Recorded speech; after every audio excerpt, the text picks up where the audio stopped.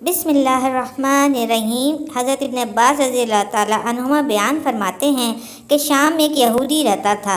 وہ ہفتے کے دن تورات کی تلاوت کیا کرتا۔ ایک دفعہ تورات کھولی تو اس میں 4 مقام پر حضور صلی اللہ علیہ وسلم کی تعریف و توصیف دیکھی۔ یہودی نے وہ جگہ کاٹ کر جلا دی۔ اگلے ہفتے پھر تورات کھولی تو 8 جگہوں پر حضور صلی اللہ علیہ وسلم کی تعریف و توصیف کا ذکر پایا۔ اس نے یہاں سے بھی کاٹ کر جلا دیا۔ تیسرے ہفتے تورات کھولی تو یہی تذکرہ وہاں موجود تھا۔ یہودی سوچنے لگا کہ یوں ہی کرتا رہا تو ساری کی ساری تورات اس تذکرے سے پر ہو جائے گی۔ اپنے ساتھیوں سے پوچھنے لگا، محمد صلی اللہ علیہ وسلم کون ہیں؟ انہوں نے جواب دیا کہ ایک جھوٹا شخص ہے، معاذ اللہ، بہتر یہی ہے کہ تو اسے نہ دیکھے نہ وہ تجھے دیکھے۔ یہودی کہنے لگا کہ موسیٰ علیہ السلام کی تورات کی قسم، مجھے اس کی زیارت سے نہ روکو۔ ساتھیوں نے اجازت دے دی۔ یہ اپنی سواری پہ سوار ہوا اور رات دن منزل بمنزل چلتا رہا۔ مدینہ طیبہ کے قریب پہنچا تو سب سے پہلے حضرت سلمان رضی اللہ تعالیٰ عنہ سے اس کی ملاقات ہوئی۔ بہت خوبصورت دیکھ کے سمجھا کہ حضور صلی اللہ علیہ وسلم یہی ہیں۔ حالانکہ آپ صلی اللہ علیہ وسلم کو اس دنیا سے سفر کیے 3 دن ہو چکے تھے۔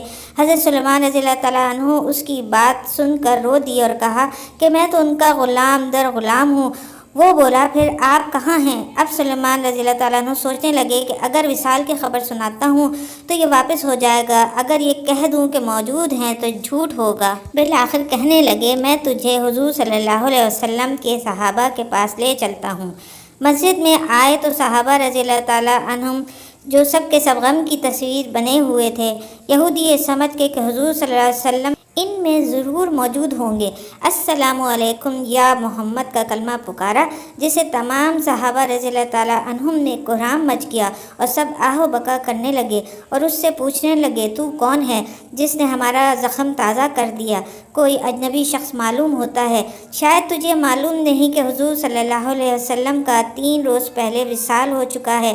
یہ سن کر وہ یہودی چیخنے لگا، ہائے میرا غم، ہائے میرے سفر کی ناکامی، اے کاش میری ماں مجھے نہ جنتی اور جن بھی دیا تھا تو کاش میں تورات نہ پڑھتا اور وہ بھی پڑھی تھی تو کاش آپ صلی اللہ علیہ وسلم کی تعریف و توصیف پہ نظر نہ پڑتی، اگر یہ بھی ہو گیا تھا تو مجھے آپ صلی اللہ علیہ وسلم کی زیارت ہی نصیب ہو جاتی۔ پھر کہنے لگا، کیا یہاں پر علی رضی اللہ تعالیٰ عنہ موجود ہیں جو مجھے حضور صلی اللہ علیہ وسلم کے اوصاف اور حلیہ مبارک کا تعارف کرائیں؟ حضرت علی رضی اللہ تعالیٰ عنہ آگے بڑھے اور فرمایا، میرا نام علی رضی اللہ تعالیٰ عنہ ہے۔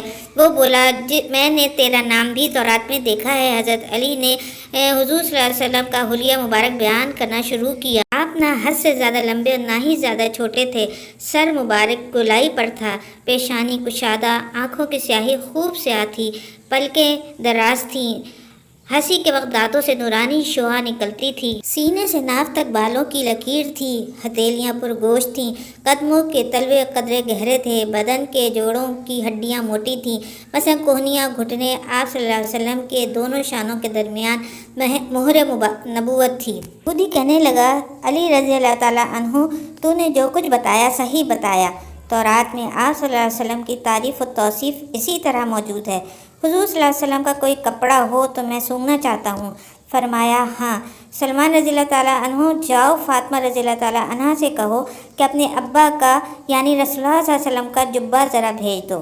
سلمان رضی اللہ تعالیٰ دروازے پر آئے اور آواز دی، اے فخر انبیاء کے دروازے، اے زین الاولیاء کے دروازے۔ اندر حسن اور حسین رضی اللہ تعالیٰ عنہما رو رہے تھے۔ دروازے پہ کھٹکھٹانا پڑا۔ حضرت فاطمہ رضی اللہ تعالیٰ عنہ کی آواز آئی، یتیموں کا دروازہ کون کھٹکھٹا رہا ہے؟ سلمان رضی اللہ تعالیٰ عنہ نے اپنا نام بتایا، حضرت علی رضی اللہ تعالیٰ عنہ کا پیغام دیا۔ وہ روتے ہوئے بولی، میرے ابا کا جبہ کون پہنے گا؟ حضرت سلمان رضی اللہ تعالیٰ عنہ نے سارا قصہ سنایا۔ آپ جبہ نکال لائیں جو 7 جگہ سے کھجور کے ریشے کے ساتھ سلا ہوا تھا۔